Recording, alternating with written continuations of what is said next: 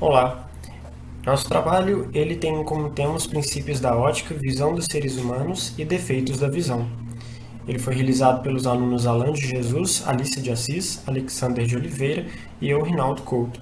Somos do curso de Ciências Biológicas, trimestre 2020.3.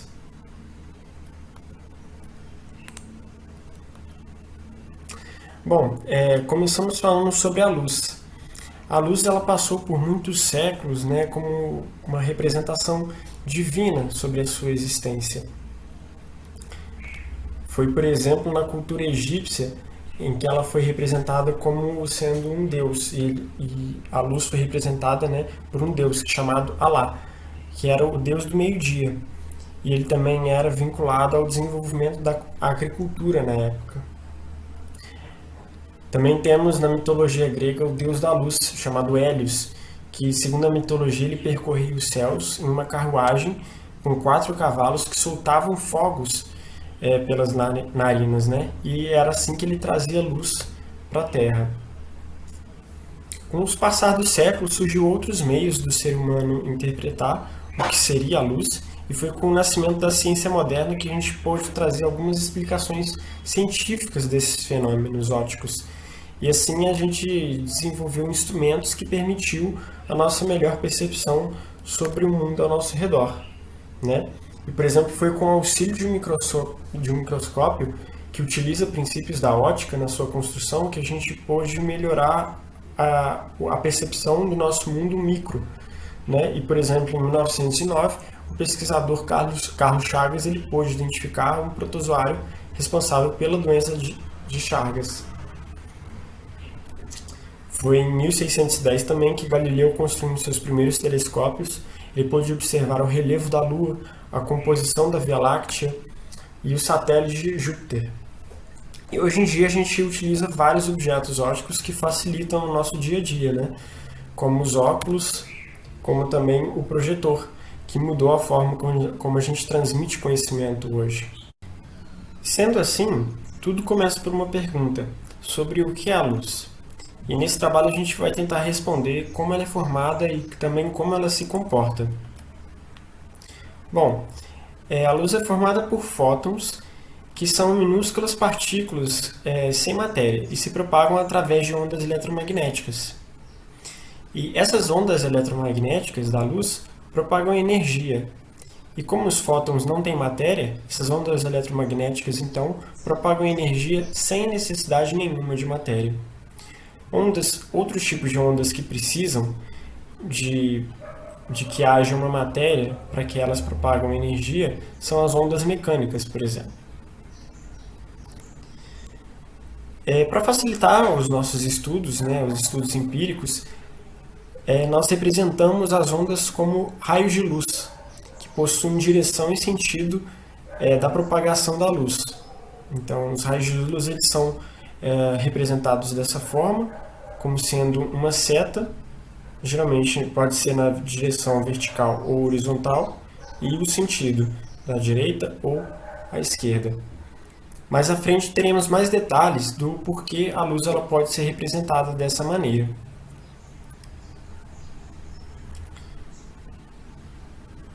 Temos também outra representação para os conjuntos dos raios de luz, que são os feixes de luz.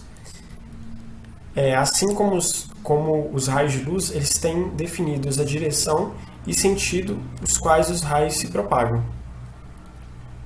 Existem os feixes de luz cônicos convergentes, que são feixes que convergem para um ponto específico. Temos o cônico divergente, onde os feixes de luz divergem a partir de um ponto. E também o cilíndrico paralelo. Neles, os feixes são paralelos entre si. Como a gente pode ver, cada exemplo de feixe possui uma fonte de luz da qual os feixes de luz saem. Então, essas fontes de luz possuem duas classificações. Os objetos primários, que possuem luz própria, como a gente pode observar aqui, o Sol, que emite sua luz através da fusão de átomos de hidrogênio, e a vela, onde o fogo é a fonte de emissão luminosa, que para ocorrer é necessário o combustível, comburente e o calor.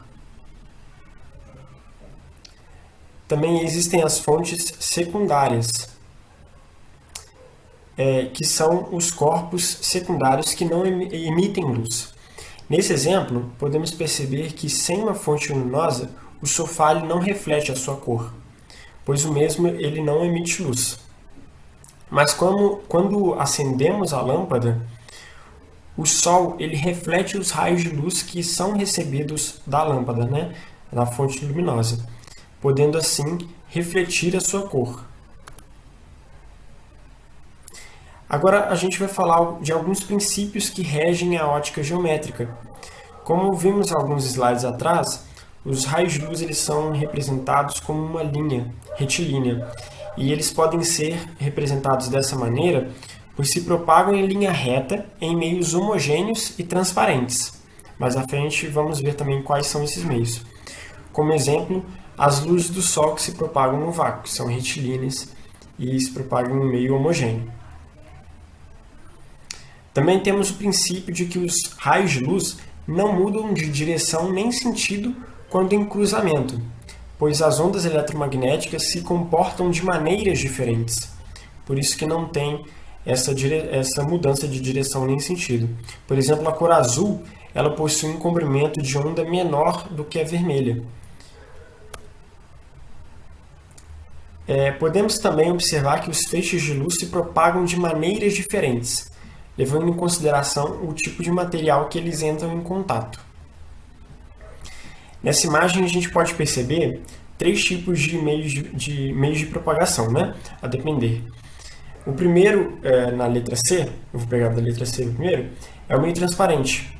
Ele permite a visualização nítida de corpos por distâncias consideráveis, sem modificar a direção e o sentido. Como exemplo, a gente pode ver um mergulhador aqui que está envolto pela água. E envolto pela água, ele consegue ver o peixe nitidamente. É claro que dependendo da distância que o peixe está dele. O segundo exemplo, eu vou dar com um B aqui, é o meio translúcido, representado, que ele permite a visualização parcial dos corpos, pois ele produz um espalhamento desses feixes de luz, mudando a sua direção, sem, contudo, mudar o sentido. Aqui, eu dei o exemplo da própria imagem que a gente viu na anterior, em relação à anterior, de modo translúcido. Essa imagem a gente observa que se forma uma imagem, mas não é nítida. É mais ou menos como você visse outra pessoa através de um box de um banheiro. E, por último, os meios opacos, que interrompem a propagação da luz, como a madeira. A madeira, por exemplo, que além de interromper a propagação, pode inclusive absorver o calor emitido por aquela fonte luminosa. Bom, e por último, o princípio da reversibilidade dos raios, que explica que a distância percorrida pelos raios é a mesma em ambas as posições de emissão de luz. Por exemplo, nessa figura, onde a distância percorrida pelos raios é a mesma, quando a fonte de luz é colocada em diferentes posições.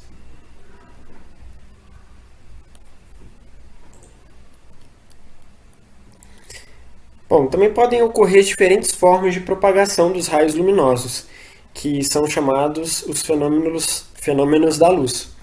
O primeiro deles é a reflexão regular. Nesse exemplo, quando os feixes de luz incidem em uma superfície plana e especular, esses mesmos feixes mantêm o mesmo paralelismo quando refletidos. Existe também a reflexão difusa, onde os feixes de luz são emitidos, mas só que em uma superfície irregular. Cada um desses raios são refletidos ao meio, em direções diferentes, pois cada raio atinge um ponto específico dessa superfície irregular e ele se propagará em um ângulo também diferente e específico. A refração, onde nesse esquema os raios refratados são refratados paralelamente, e no mesmo ângulo, e quando eles atravessam a superfície, mudam seu ângulo em relação aos raios de incidência. Os ângulos da refração podem ser representados por fórmulas matemáticas. Na figura que a gente pode ver, o raio incidente que forma o I, a normal, e o raio refratado, que forma o ângulo R, pertencem ao mesmo plano, denominado o plano de incidência da luz. Ou seja, o raio incidente, a reta normal e o raio refratado são coplanares. Assim, a gente pode inferir que o ângulo I é igual ao ângulo R. Podemos notar também que para cada par de meio e para a luz monocromática que se refrata, é constante o produto do seno do ângulo, que o raio forma com a normal, e o índice de refração no meio, em que o raio se encontra. Então, como o ângulo de incidência I se forma no meio 1 e o ângulo R no meio 2, podemos notar que o produto do índice de refração absoluto, que é o N, N1, do meio, pelo seno do mesmo ângulo, por exemplo, o seno I, formado com aquele meio é sempre constante. E assim podemos igualar eles. Igualar ao índice de refração absoluto N2 com o seno do ângulo R. Também temos a fórmula do índice de refração absoluto, que representa o número da velocidade da luz, que a luz viaja em cada meio, né? Para esse índice é utilizado a luz no vácuo como meio de comparação, pois no vácuo a luz não sofre nenhum tipo de interferência, sendo que V é a velocidade da luz no meio e N é o índice de refração absoluto. Como podemos perceber, quanto maior for o índice absoluto, o N, menor será a velocidade da luz no meio em que ela se propaga. E por fim, existe esse índice relativo de refração entre dois meios, que pode ser calculado pela razão de seus índices de refração, ângulos de incidência, velocidade de propagação no meio, ou também pelo comprimento de onda. Bom, e o último fenômeno da luz é o da absorção. Nele, onde a superfície opaca, né? Existe uma superfície opaca e os raios eles não refletem nem são refratados, eles são absorvidos. Aqui nessa parte a gente pode dar o exemplo da crosta terrestre. Ela absorve as ondas eletromagnéticas e elas absorvem e emitem essas ondas eletromagnéticas em ondas infravermelhas, né? Então ela é um meio de refração difusa e também de absorção. Bom, vou dar agora exemplos de como os princípios da luz podem ser observados. Nós temos a figura aqui de uma câmara escura de orifício. A seta à esquerda ela pode ser representada por uma vela, por exemplo. Uma vela é um objeto luminoso de fonte primária que emite feixes de luz. Esses feixes de luz convergem para o furo no material opaco dessa caixa, né? Como podemos observar, pela propagação retilínea da luz, a ponta A da vela é representada no fundo da caixa em A', e a base, que é o ponto B, é representado por B' no alto do fundo da caixa. Para a câmara escura, existe uma relação matemática. Como os triângulos formados são semelhantes, a razão entre A' e B', que é uma imagem real invertida no fundo da caixa, com AB, que é do objeto, é igual a P, que é a distância do objeto até o furo da caixa, sobre P', que é a distância do furo da caixa ao fundo da mesma. Bom, podemos relacionar também os vários princípios da luz, também na forma de como os corpos são visíveis. O Sol, que é uma fonte de emissão de luz, emite a luz branca, que é formada por várias luzes monocromáticas, como a gente pode observar.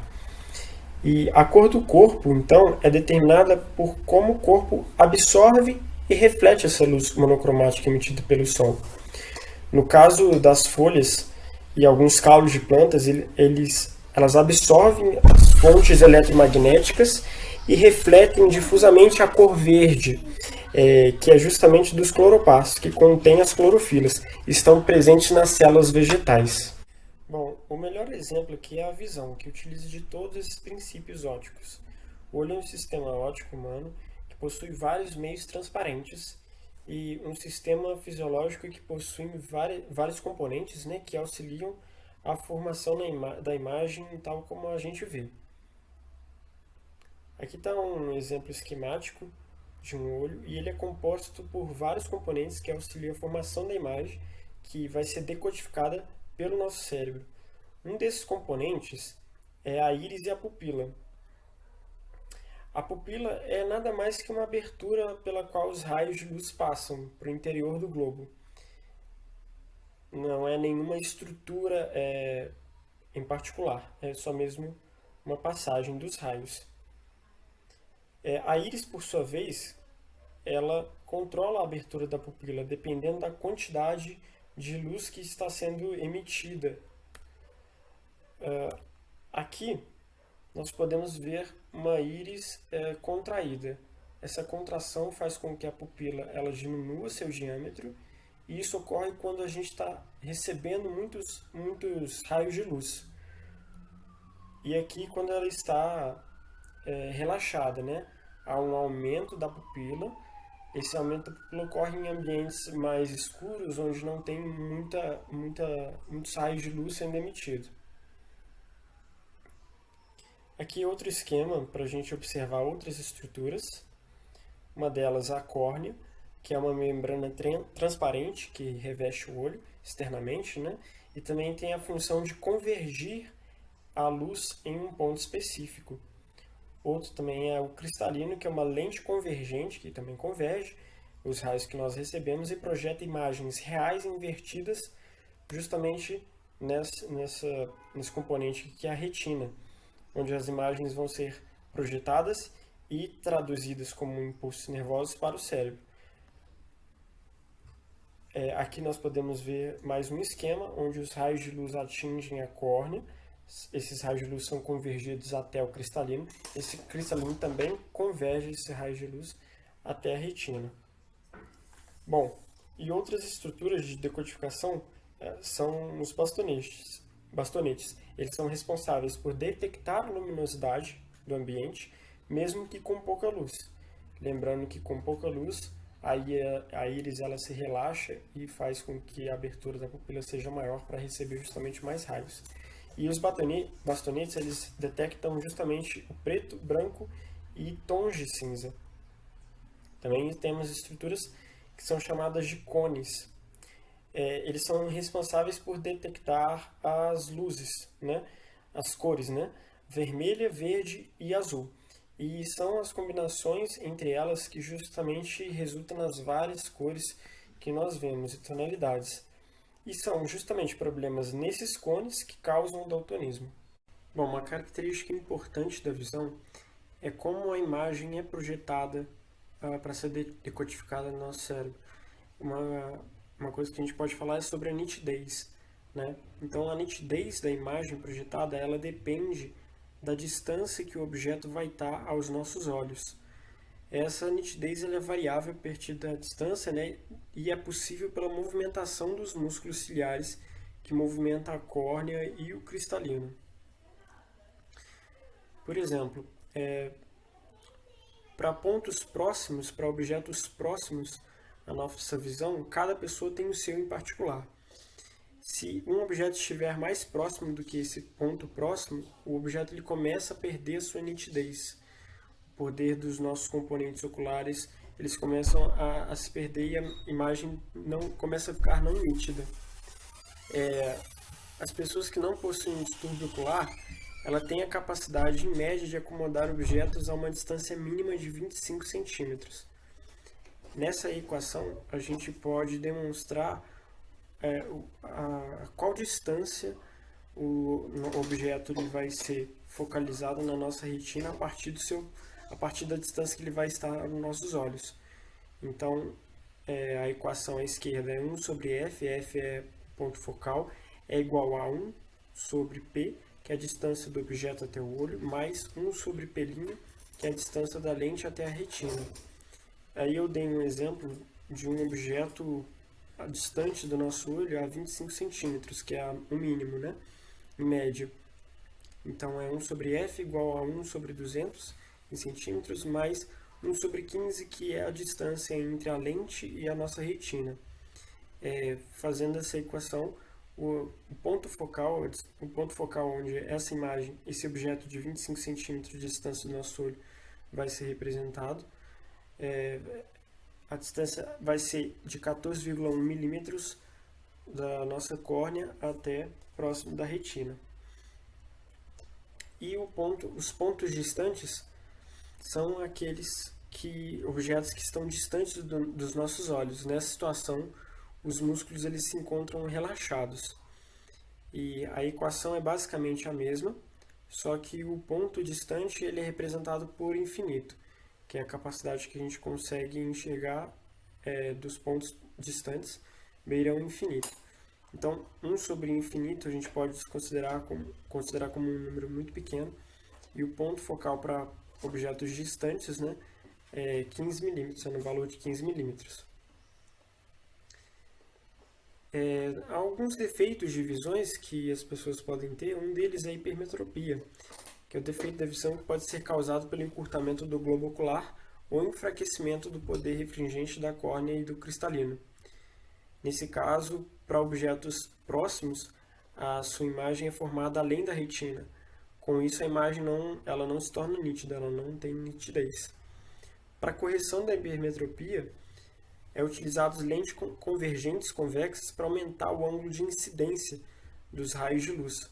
Como a gente pode ver nessa imagem, os raios eles passam um pouco acima do meridiano ali da córnea, e a lente convergente ela justamente converge esses pontos para que ela passe no meridiano menor da córnea, e assim o ponto de convergência desses feixes seja justamente onde é a retina. Bom, e para a hipermetropia também existe uma fórmula que é calculado a convergência para quem tem esse tipo de problema. Então, a partir do ponto próximo da pessoa é calculado qual será o grau do seu óculos, né? E essa fórmula é dada por 1 sobre f igual a 1 sobre 25 menos 1 sobre pp, que é justamente o ponto próximo para quem tem hipermetropia. A presbiopia, com o envelhecimento da pessoa, ocorre um endurecimento do cristalino, e por isso tem a dificuldade para focalizar objetos próximos, né? E esse problema ocular é denominado de presbiopia. A correção é realizada com lentes bifocais ou multifocais. Também possui uma fórmula que é a mesma para a hipermetropia, onde o ponto próximo define a convergência ou o grau, né, do óculos da pessoa.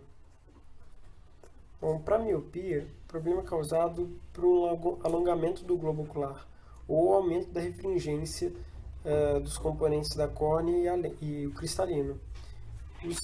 Os raios de luz que são convergidos são formados antes da retina. Assim, os objetos distantes não ficam nítidos. Para a miopia são usadas lentes divergentes côncavas. Nessa lente, a diferença é que a diferença da espessura, né, entre o centro e as bordas da lente faz com que os raios da luz sejam divergidos para atingir o ponto focal na retina, né, para que esses raios sejam convergidos até a retina e tenha-se uma imagem nítida. Para miopia também temos a fórmula, onde 1 sobre f é justamente a convergência, o grau da pessoa, e f é o ponto remoto, né, o ponto distante negativo. O astigmatismo é um problema que forma a imagem em vários focos. Então, atrás da retina ou além da retina. O problema está nos diferentes poderes de refringência ao longo dos meridianos da córnea ou do cristalino, o que causa uma distorção no objeto observado. Pode ocorrer tanto com a miopia ou com outro problema. O astigmatismo é corrigido de acordo com a origem do problema, então com lentes convexas, côncavas ou cilíndricas. O estrabismo é um distúrbio que acomete o paralelismo entre os dois olhos e pode ser uma lesão nos nervos ou uma disfunção no músculo. E é dividido em 3 tipos: a esotropia, são os olhos em direção ao nariz; a esotropia, quando se deslocam em vertical; ou hipermetropia, quando ocorre para cima ou para baixo. As suas causas podem ser multifatoriais, que vai desde da hereditariedade a doenças relacionadas à neurologia, doenças neurológicas. Aqui podemos ver uma imagem de uma correção cirúrgica, de olhos estrábicos, onde a remoção foi justamente no músculo que está associado ao movimento do olho, onde foi retirada uma parte para que esse olho ficasse novamente paralelo a esses músculos. Aqui estão as referências e muito obrigado.